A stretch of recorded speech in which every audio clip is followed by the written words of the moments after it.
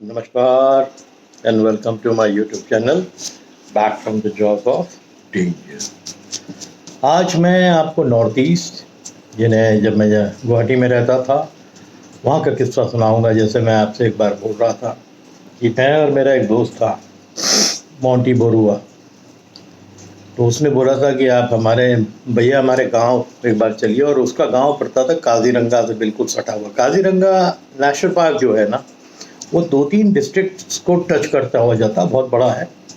और वो जगह है सोनितपुर, नौगांव और गोलाघाट। तो इन 2-3 डिस्ट्रिक्ट को टच करता हुआ जाता है। और एक आता है बोकाघाट सब डिवीज़न, उसको भी काजीरंगा टच करता। और काजीरंगा में कई जगह आप अंदर जाइए और ब्रह्मपुत्र को 1-2 जगह आप देखिए जाके उसी एरिया में, तो वो समुंदर नज़र आता है। इतना चौड़ी नदी है। उसको नदा क्या बोल रहे हैं, नदी है, बट वो ब्रह्म का पुत्र है। और वैसे ही उसका विराट रूप है ब्रह्मपुत्र का। इवन गुवाहाटी में जब जो लोग गुवाहाटी गए होंगे, जब आप ब्रह्मपुत्र का रिवर का ब्रिज क्रॉस करते हैं तो आपको उसकी वास्टनेस का पता लग जाता है। वही अपना अरुणाचल से बहती हुई फिर वह असम आती है। असम में फिर प्लेन्स हैं, वहाँ फैलती है और वहाँ तो फैल के कई जगह तो बहुत चौड़ी है। आप समझिए कि ये उन नदियों में से एक है कि जिसके बीच में एक आइलैंड बन गया। माजुली एक जगह है असम में, जो चारों तरफ से पानी ने ऐसा घेर लिया कि वो सब डिवीज़न ही बन गया। मैं जाना चाहता था, नहीं जा पाया था, क्योंकि उसको जाना है, को आपको स्टीमर से जाना होता है। छोटा सा सब डिवीज़न है, बट उसको ब्रह्मपुत्र ने चारों तरफ से ऐसा घेर लिया कि बीच में इतनी जगह है कि एक छोटा सा सब डिवीज़न है, उसको माजुली बोलते हैं। एनीवे, तो हमारा प्रोग्राम हुआ था, हम लोग मोटरसाइकिल से जाएंगे। वहाँ से 4 घंटा करीब लगता है गुवाहाटी से। तो अर्ली मॉर्निंग हम लोग निकल गए, चाय अपना नाश्ता लिया, मालूम था कि बीच में रुक के कुछ लेंगे। और फिर अपना हम मेरे ख्याल से 8-1 बजे निकले थे।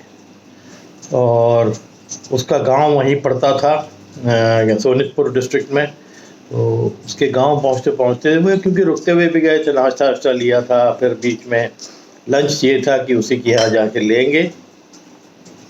सोनितपुर जो मेन रोड है, जो काजीरंगा का NH है, उससे जाके फिर उसका गांव अंदर थोड़ा सा जाना पड़ता है। कुछ तो पक्का रास्ता, फिर कच्चा रास्ता होके उसके गांव में करीब 5 किलोमीटर अंदर जाना पड़ता है। तो काजीरंगा के जितने जानवर हैं, चाहे वो राइनो हों, जो उनके जो टॉप 5 में आते हैं, चाहे वो वाटर बफलोज हों, चाहे वो टाइगर हो, एलिफेंट हो, अक्सर उसके गांव के इर्द गिर्द नज़र आते थे। बड़े वाले जो स्वैम्प डियर्स हैं, ये भी आते थे। ये एक पानी का वाटरफॉल बहुत बड़ा लेक टाइप का उसके गांव के पास था, तो वहाँ पर वो नज़र आते थे। और ये बड़ा कॉमन है कि आप काजीरंगा के अगल बगल जितने भी गांव जाइए, अक्सर भटकता हुआ कोई टाउन के अंदर कई बार आ जाते हैं राइनोस। तो कितने फोटोज़ मैंने देखे। आजकल सोशल मीडिया इतने लोग एक्टिव रहते हैं, फटाफट खींच के डालते हैं जब बड़ा एक जानवर टाउन के अंदर आता है। कभी आम नहीं करता है। अक्सर तो यही हुआ है कि बस लोग क्लियर कर देते रास्ता, वो निकलता चला जाता है। एनीवे, तो हम लोग जब इसके गांव के पास पहुंचे और वो बेंड जो था जहाँ से कच्चा रास्ता मुड़ना था, और जब मोटरसाइकिल उसमें डाली, तो सामने जो थे 3 वाटर बफलोज का सामना हुआ हमारे से, बिल्कुल हेड टू हेड। करीब 50 मीटर आप बोलिए हम दूर होंगे। तो पहले तो समझ में नहीं आता है, वाटर बफलो एक गांव का जो ऑर्डनरी बफलो वो समझ में नहीं आता, बट उसके सींग बिल्कुल अलग होते हैं। बट वहाँ गांव के भी कुछ बफलोज होते हैं जिनकी सींग उसी तरह होती है। तो उसने बोला कि भैया ये वाटर बफलोज हैं। और मैंने कहा गाड़ी रोको, ये रास्ते में खड़े हुए हैं। और उनमें से एक बिल्कुल हमारे मोटरसाइकिल की तरफ पलटा और देखने लगा, और उसकी आँख बड़ी लाल हो रही थी। दैट मीन्स वो इरिटेटेड था। एंड फिर उसने थोड़ा सा चलना चालू किया हम लोग की तरफ, तो वो दोनों पीछे वाले थे, उन्होंने भी चलना चालू किया। हम लोग की हालत पतली हो गई। हमने कहा जल्दी से मोटरसाइकिल पलटाया। और तब तक तो जैसे जिसने स्टार्ट किया उन्होंने भागना चालू किया हम लोग की तरफ। जो आगे वाली थी वो सबसे आगे भाग रही थी, वो बहुत नज़दीक आ गई थी। जब खैर मोटरसाइकिल हम लोग स्टार्ट करके निकले, और मैं पीछे बैठा हुआ था, बार बार देख रहा था, बस जान सूख रही थी कि इतना बड़ा 350-400 किलो का जानवर अगर एक बार सिंग से मार देगा तो मोटरसाइकिल के साथ हम लोग पलट के कहाँ जाएंगे पता नहीं। बट लकीली करीब 20 मीटर जब वो दूर रह गए थे, हमारी मोटरसाइकिल ने स्पीड पकड़ ली थी, तो फिर हम लोग को वापस होना पड़ा। फिर ये तय हुआ कि भैया यहाँ थोड़ा दूर रुको। फिर वो धीरे धीरे वो इंटरेस्ट खो गए, कुछ देख लिया, खाने को मिल गया, वो नीचे उतर के चले गए। खेत थे, खेत के बगल से पगडंडी थी, उसी रास्ते को उन्होंने लिया और चले गए। तो ये इनकाउंटर हमारा असम के फेमस वाटर बफलो से पहली बार हुआ। पहली बार मैंने देखा और पहली बार उन्होंने थोड़ा सा चार्ज करने के मूड बनाया, हम लोग भागे, बच गए। देखिए टाइमिंग बहुत इंपॉर्टेंट होती है कि how do you read animals I.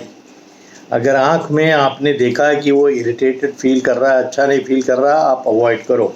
Avoid करोगे आपको कुछ नहीं होगा। हमने अवॉइड किया, पीछे मुड़ गए और वो थोड़े दूर तक तो आए, बहुत धीरे धीरे आ रहे थे। दैट मीन्स वेरी कैजुअल, वो क्लियरेंस चाह रहे थे, हम ही ने उनको क्लियरेंस दे दिया, भैया जाओ। तो हम पीछे आके वहाँ पर जो मेन रास्ता था उसके पास आके खड़े रहे तिराहा पे, और फिर जब वो क्लियर करके काफ़ी दूर चले गए तो हम लोग फिर निकले। और डर तो तब भी लग रहा था, देखते हुए जा रहे थे कि ऐसा ना हो, वहाँ पलट के फिर दौड़े, पर कोई नहीं आया। आज जब मैं उनके गांव में पहुंचा था, उनके चाचा थे बरुआ, क्या बरुआ था मेरे को याद नाम नहीं है, ये Barua is a very common surname in Assam. तो हम लोग जब रात में बैठे थे तो ये तय हुआ था कि कल अगर कुछ जाएंगे, काजीरंगा जाना, बट मैं अपने एक काम से गया था गोलाघाट, मेरा को काम था। मैंने कहा था सोनतपुर इसके यहाँ रुक जाएंगे, फिर गोलाघाट का जो काम है नेक्स्ट डे थोड़ा सा वहाँ के असम की जो ओपनिंग है वाइल्ड लाइफ की है या खेती की है, वो सब थोड़ा देखूंगा। गुवाहाटी में रहता था तो गुवाहाटी से आ गया मैं। 5 साल आपको मैंने बताया था कि एक टाइम पे असम में था। तो रात में जो उन्होंने मेरे को कहानी बताई, ये कहानी प्योरली एक टाइगर की स्ट्रेंथ की कहानी, एक टाइगर की स्ट्रैटेजी की कहानी, एक टाइगर की सोच की कहानी कि मैं तो तंग रह गया। उन्होंने तो बहुत कैजुअली बताया, बट क्योंकि मैं जंगलों में रहा हूँ, मैं तो तंग रह गया कि यार ये क्या जानवर है, किसी से इसको खौफ नहीं रहता है। जब ये हाथी जैसे बड़े जानवर को गुर्रा के जब दौड़ता है तो हाथनी पीछे चली जाती है। मैंने देखा वो जो पालतू है जो आए दिन टाइगर्स को देखती रहती है। तो हालांकि टाइगर्स भी अवॉइड करते हैं ऐसी चीज़ ना हो। तो ये जो जानवर है ना, इसके मतलब एटीट्यूड का कोई जवाब नहीं है। और आज जो है उसकी जो हंटिंग की टेक्निक है उस पर हम बात करने वाले हैं। जो ट्रेडिशनल कहावत है ना कि वो पीछे से लॉन्च करता है अपने को, जो पीठ दिखा देता है, नथिंग डूइंग, इस वाली कहानी ने तो ये प्रूफ कर दिया कि इंसान छोड़िए, वाटर बफलो जैसे बड़े जानवर पे इसने अटैक कैसे किया। किस्सा इनके गांव के बिल्कुल बगल का है। ये बफलो जैसे मैंने बताया अक्सर आ जाते थे, तो उस दिन एक बफलो पता नहीं कहाँ से चढ़ता आ गया, और ये बिल्कुल दिन की कहानी। और कहाँ से ये टाइगर निकल के एक हट के पीछे छुपा हुआ था, घात लगाए हुए कि कोई निकलेगा, भूखा होगा। तो देयर वाज नो चॉइस, और वो अपना चरने में लगा हुआ था बफलो। ये पता नहीं कहाँ से निकल के आया। उसमें एक हट था जो थोड़ा सा गांव से दूर था, तो उस हट से पीछे से ही वो इसको वॉच कर रहा था बहुत देर से, और कोई इंसान भी नहीं था वहाँ। दिन के टाइम पे सब अपने अपने वो धान वाले खेत थे उसमें निकल जाते थे काम करने के लिए, औरतें अपने घर के अंदर रहती थी। तो ये पता नहीं कहाँ से निकला। और इनके जो चाचा जी थे ये सोल विटनेस थे कि ये किसी पेड़ के ऊपर चढ़े हुए थे, कुछ काट रहे थे थोड़ी दूर, और उसने जैसे ही बफलो को एक हट के पीछे से निकल के चढ़ते हुए बिजी देखा, वो उसने अपना जो अटैक लॉन्च किया, इसकी तरफ भागा। और जब वो भागा ना, तो बाय द टाइम वो पीछे से लॉन्च करता है इसके ऊपर, इतने बड़े जानवर के ऊपर, ये इसने अपनी गर्दन पलटा ली। गर्दन जब पलटा ली ना, तो ये शेर ने, ये बड़ा लंबेर टाइगर था, इस शेर ने लीप किया और सीधे सीधे वो जब तक करके घुर्राती है, वो वार्निंग होता है बाकी वाले जो उसके साथी हैं कि कुछ गड़बड़ है, उसने उसके पूरे जबड़े को अपने जबड़े में जकड़ लिया और ये जो पंजे हैं ना, ये गाड़ दिए साइड में, और उसको पकड़ लिया, ऐसे लटका रहा उसमें।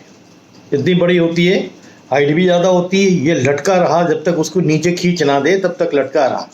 यानी वो ऐसा सीन था कि उसको उसका मुंह बंद कर दिया अपने जबड़े से, यानी जो अपने केनाइंस थे वो घुसेड़ दिए उसको वहाँ पर, और वो उसकी बॉडी तो हिलती रही है ना, उसको चोट लग रही होगी, बट फिर इसने पंजे से उसकी बॉडी भी पकड़ रखी थी, ज़्यादा हिले नहीं दिया उसको।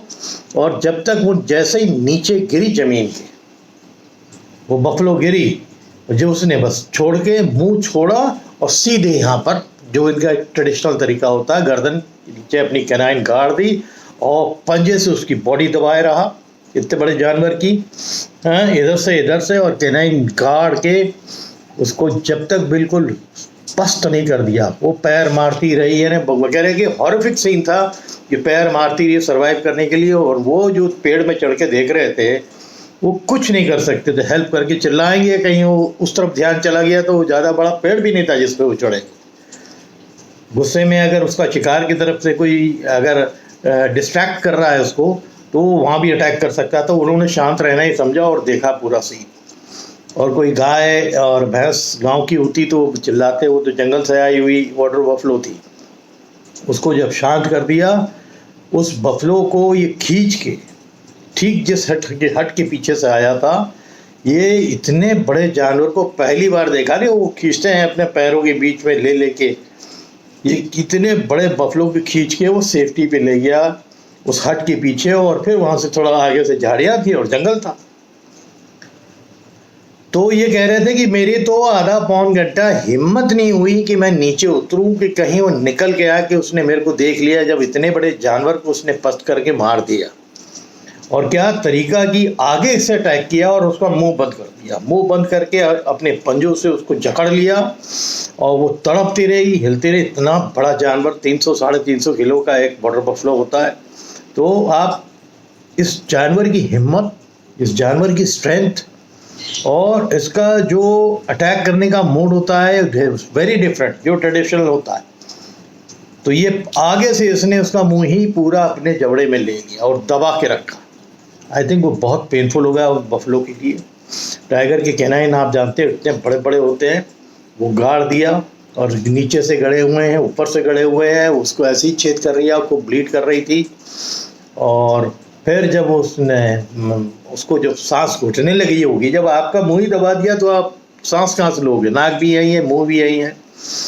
जब वो बेहोशी की हालत में आ गई तो गिर पड़ी, गिरते ही फिर उसने गला चाट दिया और पंजे से पकड़ लिया ताकि बॉडी ज़्यादा हिले ना। उसको लिटरली अपने आगोश में ले लिया और तब तक दांत गाड़े रहा, तब तक वो जब तक वो शांत नहीं होगी। जब शांत हो गई तब खींच के ले गया।